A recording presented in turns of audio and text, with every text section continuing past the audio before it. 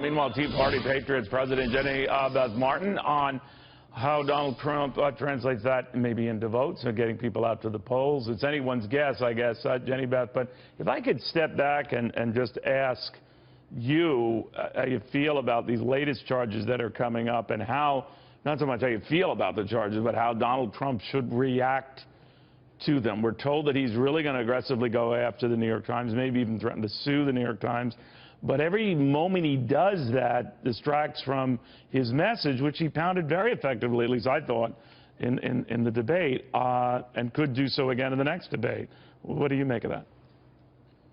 Well, I think he feels that he has to do something to defend himself, but he does need to pivot off of this and keep focusing on what voters really care about, and that is the direction of the future of our country. Most people think we're on the wrong track right now, and our organization, our Super PAC Tea Party Patriots Citizens Fund, prefers action to inaction, and somebody who will listen to us rather than to lecture us.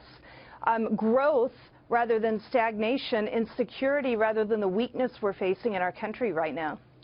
Do you get a sense, though, that there is, to his point, a double standard in the media going slow on coverage of the emails of Hillary Clinton's, maybe because so many prominent media figures are included in those email exchanges, but not when it comes to just alleged Trump transgressions? Well, I think that what we're seeing from the WikiLeaks is what we've already known, and it confirms our worst fears. The media, a lot of people in the media are in bed with the liberal candidates and want to do what they can to help them succeed. When it comes to Trump stories, they're very sensational, and so they can flash that up really quickly.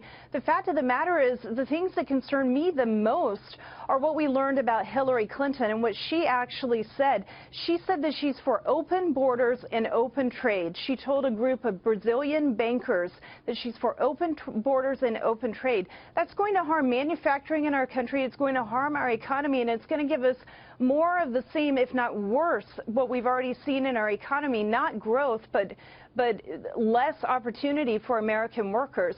She also told Goldman Sachs bankers that she has to take a public position versus a private position. No, there's a lot of stuff in there. There's a lot of stuff in there, but it's as if the other side is ignoring it or dismissing it or saying it's all Russian hacks releasing this stuff, and they're not, arguing for their veracity, these emails.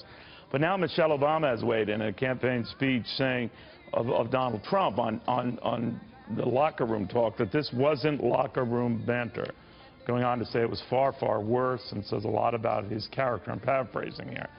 Now, only reason I mention that is Michelle Obama is a lot more popular, has a lot higher approval ratings than probably any public figure in the country right now. And is that more damaging than others making these same charges?